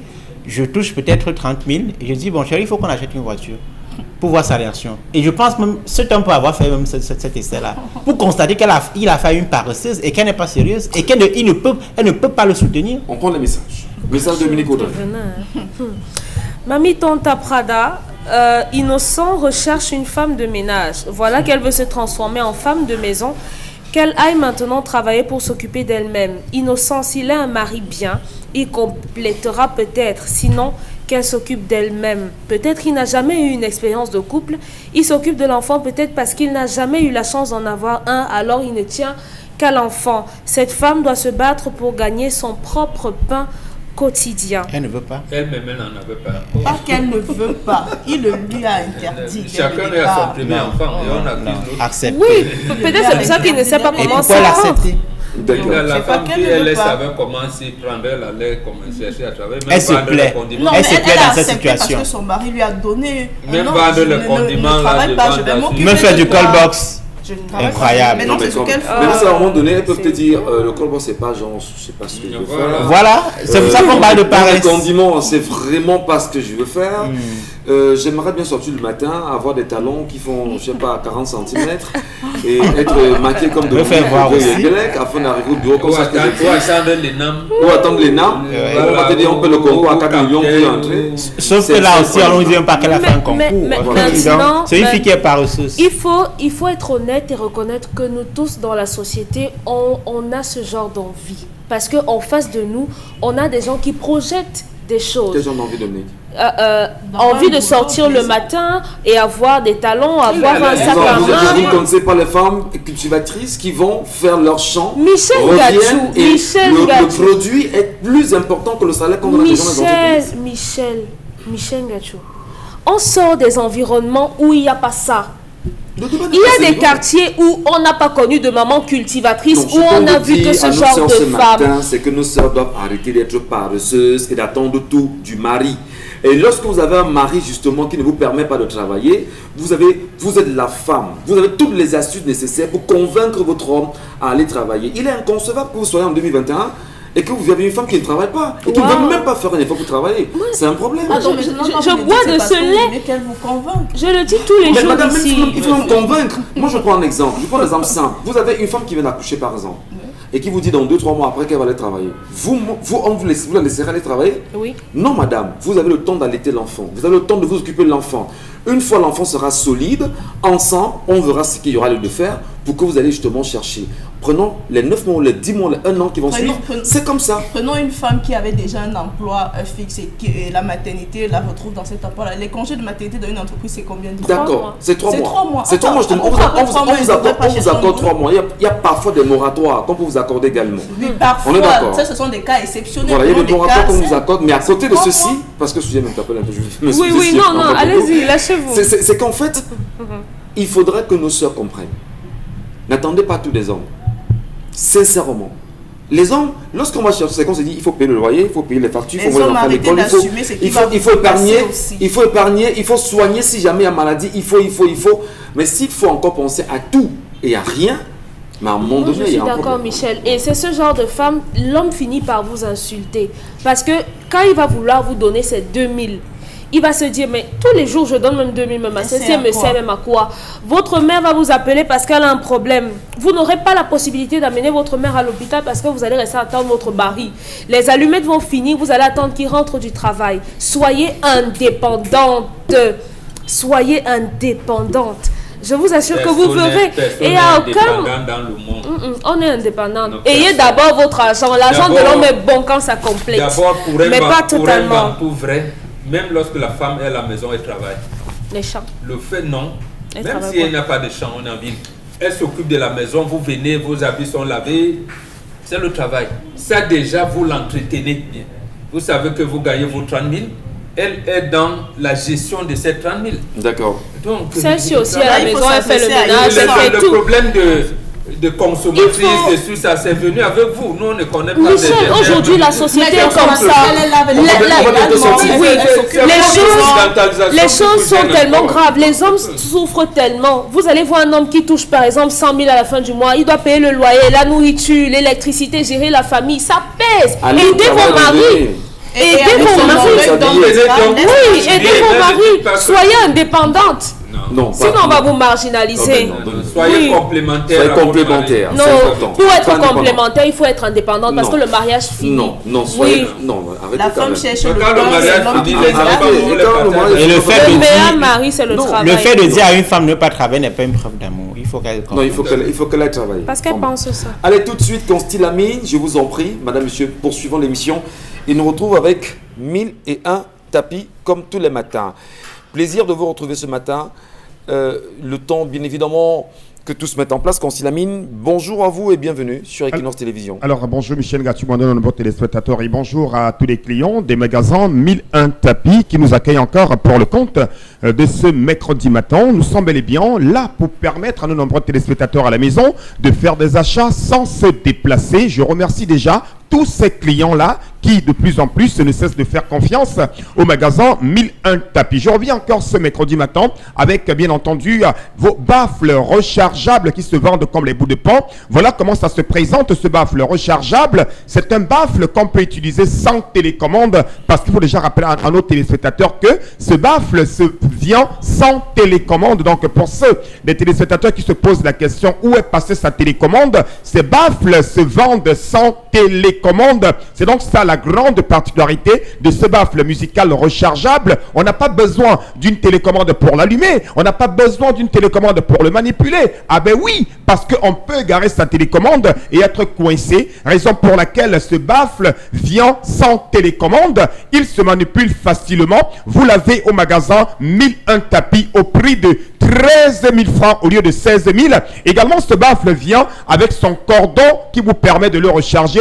Il suffit tout simplement de le connecter sur un boîtier de téléphone et le reste est joué. Et la charge peut mettre toute une journée. Question de pouvoir animer n'importe quel événement à la maison. Ceux qui ont les bars, ceux qui ont les restaurants, ceux qui veulent aller au village, voici la solution qu'il vous faut. Il se transporte facilement. Et je rappelle que le stock est en train de s'épuiser. Donc, courez rapidement au magasin 1001 tapis et achetez ce baffle rechargeable au prix de 13 000 francs. Ça, le Bluetooth. Ça, la radio on met la clé USB sur cette heure, c'est-à-dire ce baffle. Donc, il a tout pour faire plaisir à ses acheteurs. Nous allons tout de suite démarrer la vente de ce matin par, bien entendu, les tapis de décoration.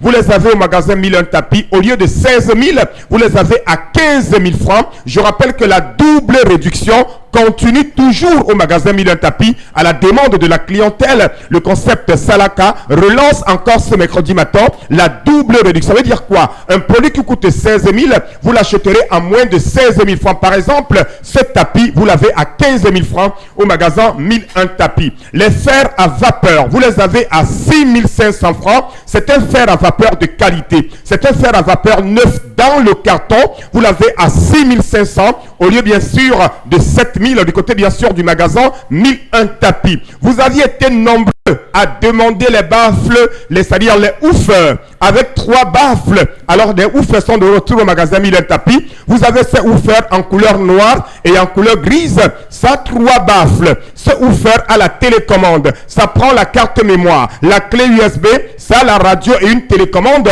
Au lieu de 37 500 francs, vous l'avez à 35 000. Ce oufeur au magasin 1001 tapis. Les ordinateurs complets corps de Dieu, vous les avez à moins de 45 000 du côté bien sûr du magasin 1001 tapis pour le compte bien sûr de cette belle journée commerciale. Un ordinateur complet à moins de 45 000.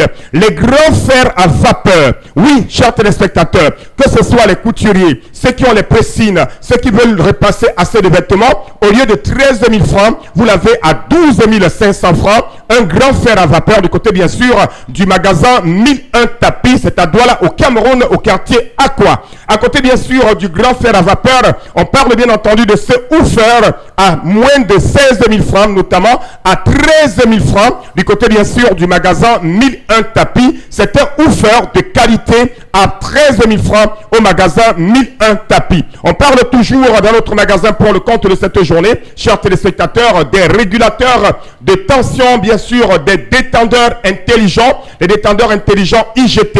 Au lieu de 12 000, vous les avez à 11 500 francs, un détendeur intelligent IGT. Au magasin 1001 tapis, on aura donc l'image tout à l'heure à l'écran. Je tente de rappeler que les oufeurs, vous les avez à 13 000 francs au magasin 1001 tapis. Les détendeurs intelligents IGT, les voilà, vous les avez à 11 500 francs. Du côté bien sûr du magasin 1001 tapis, un détendeur qui parle, qui réduit la consommation du gaz. On parle également de plus en plus, bien entendu, une rallonge. Au lieu de 5 500 francs, vous l'avez à 5 000 au magasin 1001 tapis. C'est une rallonge de qualité supérieure. Des robots mixeurs de qualité à 22 500 francs, mais vous les avez à moins de 22 500 du côté bien sûr du magasin 1001 tapis. On aura donc l'image tout à l'heure à la télévision pour attirer l'attention de nos téléspectateurs. Des robots mixeurs de qualité, des grands robots mixeurs, vous les avez à moins de 22 500 francs. On parle également des régulateurs de tension à moins de 15 000, des laptops de qualité supérieure, vous les avez à moins de 90 000 francs. Tous ces articles-là sont en vente au magasin 1001 tapis, c'est à Douala au Cameroun. Ne l'oubliez pas, le oufeur, 3 baffles à 35 000 au lieu de 37 500 francs. 1001 tapis à quoi en face du palais d'Ika. C'est à l'entrée de la rue Mermoz à Douala au Cameroun. Nous vous saluons humblement, respectueusement, Constilamine, pour ces passages en même temps sur notre antenne chaque matin. Et vous faites bien, madame, monsieur, de nous rester présents, mais surtout fidèles, comme c'est le cas. Eh bien, nous poursuivons l'émission avec vous. Le regard que nous portons en même temps sur la société. Et on sait, vous êtes très nombreux à réagir chaque matin à travers la toile sur les sujets qui gravitent autour du Cameroun. Dominique Pengou a pris sur elle de nous rassembler quelques sujets qui ont retenu son attention pour nos téléspectateurs ce matin, Dominique. Alors Michel, on ouvre la revue des réseaux sociaux ce matin avec ce drame du côté de Yaoundé, kidnappé depuis quelques jours. Kenneth Chinda Elisabeth, secrétaire au poste de gendarmerie à la Carrière, a été retrouvée morte dans un champ de maïs au quartier Kouamba. Alors, ces ravisseurs exigeaient une rançon à la famille, chose qui n'a pas été possible. La pauvre a finalement payé de sa vie. Donc, ce sont ces images de cette jeune secrétaire qui jase sur la toile. On se pose bien la question de savoir quel est ce fléau maintenant de kidnapping qui finit par des meurtres au Cameroun. On n'en parle pas. Le dernier était justement ici à Yaoundé. Vous le précisiez il y a de cela quelques minutes. Alors c'est un fait, on va dire, douloureux pour nombreux Camerounais. C'est une situation qui est incroyable et surtout inacceptable pour les populations de Nkwaban. On a entendu parler. Qu'est-ce qui a pu se passer pour que cette jeune Camerounaise soit d'abord kidnappée et qu'elle soit ramenée par ses ravisseurs dans une forêt pas loin de là, et effectivement, et qu'une rançon soit demandée à la famille. Alors, j'aimerais bien savoir, on ne va pas mettre en doute, mon Bengan, les compétences de l'armée camerounaise, la police camerounaise, ceux qui sont dans le renseignement en permanence. Comment peut-on, lorsqu'il y a une Camerounaise qui est kidnappée, ne pas mettre en place une batterie justement de mesures, ne pas faire sortir l'artillerie lourde pour trouver cet individu, cette Camerounaise. On a vu en France, permettez-moi, comment un enfant se perd. C'est tout un pays qui se lève, qui se mobilise pour aller chercher ce citoyen. Alors, est-ce qu'on ne peut pas dire à un moment donné qu'on est laissé à la merci de nous-mêmes? Justement, c'est ça le problème. Vous vous rappelez sûrement de catastrophes qui s'est passées à Mimboman, de tout, on ne comprend pas. C'est justement sans accuser tout à fait nos forces de maintien de l'ordre, notamment la police et la gendarmerie, mais on est quand même en droit de se poser ces questions-là. D'abord, elle était une collaboratrice là-bas. De la gendarmerie. De la gendarmerie. Et votre collaboratrice est portée disparue. Il y a des coups de fil qui demandent des rançons.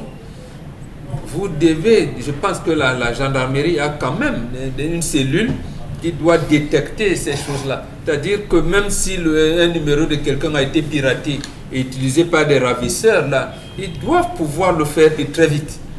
Et très vite. Ouais, mais malheureusement, on ne sait pas. Mais 4 jours quand même. 4 jours, ça veut dire 24 heures fois 4. Donc, notre police, notre gendarmerie ont été incapables de nous ramener cette Camerounaise. C'est pas possible. On ne comprend pas. On se pose la question pourquoi on est en mesure de poser. Et à la limite, on est quelquefois en droit de se dire mais est-ce que nos forces de maintien de l'ordre ne sont-elles pas seulement formées pour la répression des opposants?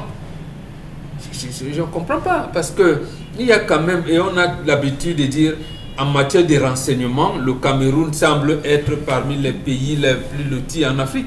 Mais pourquoi, donc, lorsqu'il s'agit de mettre de ses compatriotes, les hauts dirigeants de ces structures-là ne font pas des efforts nécessaires pour éviter un certain nombre de choses?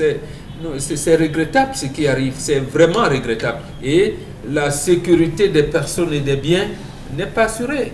Il y a eu, depuis là, on a parlé de choses qui s'étaient passées, macabres qui s'étaient passées à Mimboman, mais on ne sait pas. On ne sait toujours pas ce qui s'est réellement passé. Il existe la police scientifique dans ce pays, il existe des corps spécialisés à la gendarmerie, mais on ne sait pas. Voilà, c'est bien dommage, c'est peut-être dommage en même temps, mais il faut reconnaître que c'est choquant, c'est irritant, c'est énervant. On se demande véritablement, est-ce que le chef de l'État quand même, puisqu'on va toujours l'indexer avec tout le respect que nous devons en tant que président de la République, et qui est censé veiller à la sécurité et les biens, justement des populations aujourd'hui, est-ce que lui-même fait son travail convenablement? Peut-être si c'est un problème de moyens, c'est justement, ça revient à cela. Si c'est un problème de moyens, maintenant, on interdit à la police, à la gendarmerie de créer les syndicats. Bon, là, on est embarrassé. Si ces corps avaient l'autorisation de créer des syndicats, peut-être aurait-il la possibilité de dire pour tes recherches, pour ceci, nous sommes limités parce que nous n'avons pas de moyens. Mais ici, ils ne peuvent pas. Ils ne peuvent pas s'exprimer. Alors, ça nous renvoie à ce qu'on appelle bien sûr les crimes rituels. Dominique Audrey, souvenez-vous, Bengan citait encore Mimboman. Est-ce que ce n'est pas une technique développée aujourd'hui par certains? Si jamais on allait dans la logique des crimes rituels, on vous prend, on extrait ce qu'on a à extraire, on appelle votre famille pour laisser croire justement que c'est des ravisseurs qui demanderaient de l'argent aujourd'hui. Est-ce que ce n'est pas des pistes sur lesquelles la police et la gendarmerie devraient tout faire pour rendre compte aux Camerounais, comme ils ont rendu compte des braqueurs de la DGI. de la DGI. Parce qu'il ne faudrait pas justement qu'on laisse ça tomber. Il faut qu'on nous dise justement ce qui s'est passé. Dominique. Oui, c'est triste. Wow, Michel, on n'a pas les mots lorsqu'il faut s'exprimer sur ce genre de cas. Si c'est simplement escalader 11 étages et aller voler et tout, c'est gérable, c'est minimisable. Mais lorsqu'il s'agit de la vie d'une femme comme celle-là, à la fleur de l'âge, c'est un peu lourd. Et collaboratrice des forces de maintien de l'ordre. Notamment la gendarmerie. Oui, comment est-ce qu'on a fait pour ne pas remonter à temps jusqu'à elle? Quand on connaît la célérité avec laquelle vous avez pris un exemple, par exemple, on les a rapidement retrouvés en moins d'une semaine, si je ne me trompe. Mais la jeune dame, malheureusement, mais qu'est-ce que sa famille a fait lorsqu'on a demandé l'argent? Est-ce qu'ils ont contacté la police pour dire qu'on a demandé l'argent? Est-ce qu'ils se sont mobilisés? Il faudrait qu'on ait des éléments complémentaires. Mais jusque-là, ça ne changera rien. La question de la sécurité revient de plus en plus. De plus en plus. Vous avez mentionné qu'en France, par exemple, il y a une petite fille qui s'est égarée. On a vu les crolls dans les télés. On a fait un tapage médiatique parce qu'il fallait impérativement retrouver la petite fille. Et on a pu la retrouver après quelques heures. Mais malheureusement, ici, c'est à peine si on voit même des gens partager, relayer les informations d'un enfant égaré, d'un enfant perdu sur les réseaux sociaux. Donc, il faudrait qu'on retrouve un peu plus chacun notre humanité parce qu'on tend à la perdre progressivement. Il faudrait qu'on retrouve notre humanité et qu'on soit encore un peu plus sensible et que nos autorités nous écoutent, du moins soient là pour nous protéger parce qu'à la base, c'est leur rôle. Donc, qu'ils fassent ce qu'ils ont à faire. Les caméras de sécurité, je ne sais pas si on n'en a pas mis en quoi, ce n'est pas exploitable ou bien ce n'est pas allumé, ça ne fonctionne pas. Il faut savoir parce que si quelqu'un se perd, on a un déploiement à faire. Donc, il faudrait vraiment qu'on protège les citoyens. Monsieur Kamgang, regardez la police, regardez la gendarmerie et qu'elle ne soit pas capable de rattraper, bien sûr, cette Camerounaise qui est partie à la fin de l'âge brutalement. Est-ce que c'est pas normal que les Camerounais s'en indignent quand même aujourd'hui en regardant monsieur Nestor, c'est quoi? C'est monsieur Toga? Non, Galax. Galax Toga, justement, gendarmerie. Landry, oui, le Galax Toga, la gendarmerie, et monsieur Magangele de la police pour leur dire, mais finalement, vous n'aviez pu rien faire pour sauver cet enfant.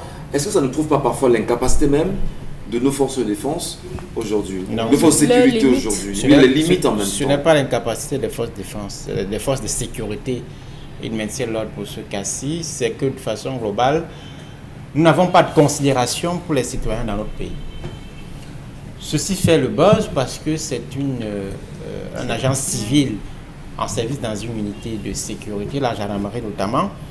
Mais dans un pays sérieux, lorsqu'un citoyen est porté disparu, quel que soit son âge, son statut social, ça devrait ébranler la République. Absolument. Lorsqu'un compatriote, lorsqu'un citoyen français décède, quelle que soit la ville décédé dans le monde, ou alors lorsqu'il est porté disparu, le chef de l'État se déplace, le ministre des Affaires étrangères si c'est à l'étranger, le ministre de l'Intérieur si c'est sur le territoire français. C'est cela le respect des citoyens. Parce qu'en fait, les institutions ne sont là que parce que nous sommes des citoyens, parce que nous payons nos impôts. C'est grâce à l'argent que nous versons dans les caisses de l'État, les impôts, les taxes, que l'État parvient à mener ses activités. C'est parce que nous existons que l'État existe. Et donc, lorsqu'on n'a pas des dirigeants qui ont intégré ça, on a des citoyens qui sont portés disparus, dont on n'a pas de nouvelles et qui, quelques jours après, décèdent. Il y a dans la République, chaque jour, vous voyez à peu près chaque jour, chaque semaine sur la toile, des photos d'enfants qu'on ne retrouve pas au nord, au sud, à l'est, à l'ouest, sans que finalement on ne sache... Les enfants qui disparaissent dans les hôpitaux, Donald Brescam, voilà. Faut oublier cette mention-là. Et puis, lorsque l'un de vos proches, un enfant, est porté disparu, vous partez au commissariat ou dans une unité de gendarmerie, il faut parfois être bien loti au plan financier pour que l'enquête soit accélérée. Même si c'est ça. Ça c'est aussi... Une autre personnalité comme Monseigneur Benoît Bala. Voilà, ça c'est... Qui est resté, on nous a mené, est-ce que jusqu'aujourd'hui, On ne pouvait pas, c'est quand même inimaginable ça. On n'a toujours pas de On a perdu, résultat notre d'enquête. pays a perdu son humanité depuis des lustres. Incroyable. Vous ne pouvez pas, c'est quand Et, même et il faut important. toujours rappeler, Mbon Benigan, que c'est sous le renouveau que le Cameroun perd son humanité. Autre question, enfin, autre sujet, Dominique Pengou. Deuxième sujet, ce matin, la Banque mondiale accorde un nouveau prêt de plus de 54 milliards de francs CFA au Cameroun. Le chef de l'État camerounais, son Excellence Paul Biya, a signé un décret habilitant le ministre de l'économie, Alamine Ousmane Mey, a signé un accord de crédit d'un montant de 54,1 milliards de francs CFA avec l'Association internationale de développement, en abrégé IDA, l'un des guichets de la Banque mondiale. En à croire le texte présidentiel, cet emprunt servira au financement de la 3e opération d'appui aux politiques de développement au Cameroun. Donc voilà un nouveau prêt qui a été octroyé au Cameroun. Et là, bien sûr, c'est la Banque mondiale. C'est la Banque mondiale Ça n'a cette rien à voir fois-ci. avec le Rien FMI. à voir avec le FMI cette Voilà. fois-ci. C'est la Banque mondiale. On est bien reparti de nombreux scandales pour les nombreuses dettes au Cameroun. Déjà que la dette globale du Cameroun est à plus de 10 000 milliards. On se trouve encore des dettes. Qui va les rembourser, M. Kamga? Ben, c'est nous. C'est non. C'est Les arrières, C'est pas le petits-fils. Avec quelle entreprise qui produit de Le l'argent? décret qui autorise le ministre de l'économie, de la planification et de l'aménagement du territoire à contracter ses dettes auprès de la Banque mondiale dit que c'est pour la relance de l'économie post-Covid-19. Ça commence à bien faire parce que nous avons une enveloppe de 180 milliards qui a été gérée de façon opaque et autour desquels des soupçons de détournement circulent. On n'a pas toujours une suite à cette affaire et nous avons là une nouvelle enveloppe de dette que nous allons contracter. Notre dette qui est à plus de 10 000 milliards de francs CFA aujourd'hui, vous l'avez rappelé, commence à inquiéter, même si le gouvernement dit qu'elle est soutenable. Mais la vitesse à laquelle nous faisons recours à la dette, notamment la dette extérieure, parce que ça est encore plus dangereuse, est inquiétante. Même si le gouvernement dit qu'elle est soutenable, la qualité, le problème ce n'est même pas souvent la dette. La plupart des pays qui sont développés ont souvent fait recours à la dette. Les États-Unis ont l'une des dettes les plus importantes du monde, mais c'est souvent l'usage qui est fait de l'argent que nous avons. C'est souvent de l'argent qui est utilisé pour le fonctionnement des administrations plutôt que pour l'investissement dans des activités qui peuvent créer de la plus-value, créer des emplois Voilà. et améliorer finalement les conditions de vie des citoyens. À cette dette, justement, bon, Bedgan, qu'on le veut ou non, on va toujours consulter la charte de l'impérialisme qui dit bien sûr dans son article 16 que n'auront droit à l'aide précitée, dont l'aide forcément que les pays étrangers vous donnent, n'auront droit à l'aide précitée que les pays dont les dirigeants font preuve d'une soumission totale à nous, nos marionnettes et nos valets. Donc cela prouve aujourd'hui que sont dans cet argent, on a des marionnettes et des valets qui sont à la solde justement de l'Occident si on se réfère à la charte de l'impérialisme. J'ai eu cette discussion hier après-midi avec un compatriote qui vit à l'étranger, en France notamment. Là, je me dis, vantait la Côte d'Ivoire. Je lui ai dit, mes chers amis, oui, les bleus, mais la Côte d'Ivoire n'appartient plus aux Ivoiriens. Pas du tout. Voilà, donc en fait, ce qui se passe ici, c'est que la Banque mondiale et le Fonds monétaire international, c'est d'ailleurs des institutions sœurs. C'est vrai, chaque institution tient ses assemblées générales, ainsi de suite, mais leur fonctionnement est lié. Vous avez vu, pour la facilitation, les guichets que le Fonds monétaire international a ouvert au Cameroun, il vient seulement pour voir si vous allez quand même nous donner, il y a la possibilité de vendre ceci pour donner ainsi de suite, ainsi de suite. Mais là, je ne condamne pas ça, parce qu'il ne faut quand même pas, malgré tout, qu'on arrive à une situation de cessation de paiement. Vous pouvez imaginer les fonctionnaires 2, 3, 4 mois sans salaire. Je ne peux pas imaginer une situation pareille. Mais maintenant, comme l'a dit Donald Brice, il faudrait qu'on sorte la chicotte. Mais est-ce que l'entrepreneur en chef peut taper sur ses collaborateurs, peut veiller pour que cet argent fasse la chose pour laquelle elle a été comptable? Je vous dis non, voilà. Donc c'est ça. Je tente de vous répondre. Voilà. Toujours en convoquant la même charte. Ou dans la même charte, justement, l'article 17, il est toujours dit que, je le reprends, notre aide doit être accompagnée de recommandations fortes de nature à empêcher et briser toute action de développement des pays du tiers. Absolument. C'est pour cette raison d'ailleurs que la dette de la France est la moitié de la dette de tous les pays africains réunis. Afrique noire, je veux dire. Mais c'est la France qui a organisé dernièrement comment rendre l'Afrique soutenable à la dette, alors que sa dette est la moitié. Et justement, c'est comme ça. Donc, quand vous vous engagez dans un aspect de développement, on est venu nous vendre le Népal. Et nous avons dit au chef d'État, mais attendez, comment vous pouvez, les gens viennent vous donner l'argent pour développer vos infrastructures. Vous avez déjà vu ça. On vous a vendu le Népal. Après, Abdoulaye Wade est venu lui-même dire que bon, l'histoire là même, c'est compliqué, c'est pas bon. Voilà. Dominique Audrey, pour finir, justement, vous comprenez quand je suis à ça? Non. D'accord. Ça ne vous intéresse pas parce qu'en même temps vous êtes dépassé. Non, ça l'intéresse parce qu'elle est dépassée. L'enfant de Tuyau est dépassé. Le dernier passage que vous venez de lire m'a assommé. Ben oui, je vous le rappelle encore, article 17 de la charte de l'impérialisme. Je redis, notre aide doit être accompagnée des recommandations fortes de nature à empêcher et briser toute action de développement des pays du tiers-monde. C'est pour ça que Mbombo dit ici qu'on a refusé qu'on fasse l'agriculture. Oui. Oui. On interdit de subventionner l'agriculture alors que eux subventionnent chez eux. Voilà. Même la réforme du secteur bancaire, la restructuration du secteur bancaire dernièrement, effectivement, le Cameroun n'a pas de plan d'investissement. Malheureusement. On va poursuivre l'émission. Merci beaucoup, merci à tous. Constille Amine nous retrouve cette fois-ci et il tient à main le produit Von Bio. Et quand on parle de Von Bio, Constille Amine comprend mieux ce que c'est. On va encore prendre la peine de mieux l'intégrer ce matin sur 10 le Zénith. Mesdames et messieurs, merci de rester sur votre antenne. Constille Amine, Von Bio encore ce matin. Bien entendu, Von Bio, il n'y a rien que Von Bio ce matin parce qu'il est important de parler santé, il est important de parler bonne humeur, il est important de parler bien-être.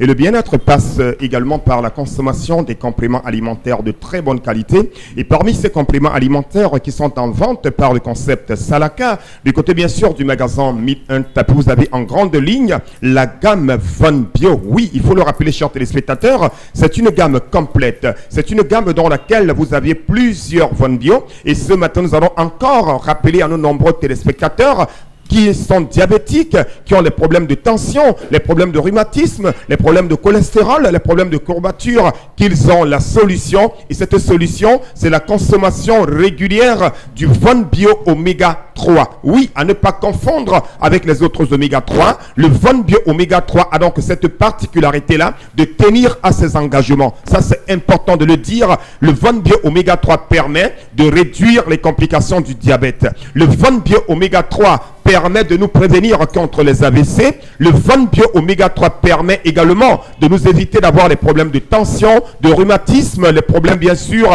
de courbature. Et donc il est important de consommer régulièrement le Von Bio Oméga 3 qui est en vente du côté bien sûr du magasin 1001 Tapis, c'est à Douala au Cameroun. Ce complément alimentaire permet également de garder la bonne humeur en longueur de journée. Ah ben oui, ça permet de garder la bonne humeur en longueur de journée. Le Von Bio Oméga 3 permet également de nous prévenir contre l'Alzheimer, cette maladie liée au vieillissement. C'est donc l'occasion déjà pour moi ce matin d'attirer l'attention de toutes ces personnes du troisième âge qu'il est important de consommer régulièrement ce complément alimentaire, notamment le Von Bio Oméga 3. C'est une gélule par jour pendant le repas. Qui peut consommer le Von Bio Oméga 3? On n'a pas besoin d'être diabétique, on n'a pas besoin d'être hypertendu pour consommer le Von Bio Oméga 3. Ce complément alimentaire doit être consommé par tout le monde parce que ça permet de nous prévenir contre ces maladies-là. Donc il est préventif, il est également curatif. Vous l'avez au magasin 1001 Tapis. Les numéros de téléphone, vous les avez. À côté bien sûr du Von Bio Oméga 3, on parle également d'un lait de toilette pour diabétiques. Ce lait de toilette permet d'embellir, de protéger et de nourrir la peau des diabétiques. C'est un lait de toilette médical. Plus besoin d'utiliser n'importe quoi quand on est diabétique. Vous avez enfant depuis plusieurs années grâce au laboratoire Celorex et par le concept Salaka qui représente la gamme Von Bio au Cameroun et en Afrique.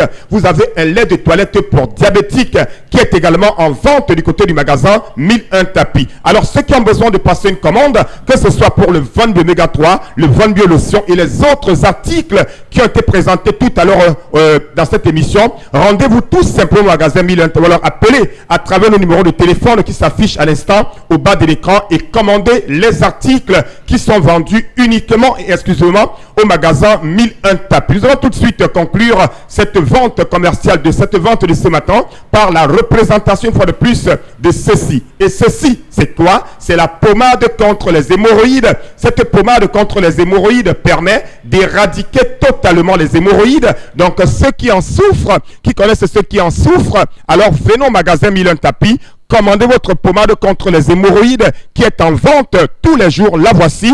Identifiez. Regardez bien, c'est-à-dire le flacon. Vous l'avez au magasin 1001 tapis. Nous livrons dans tout le Cameroun et dans certains pays africains.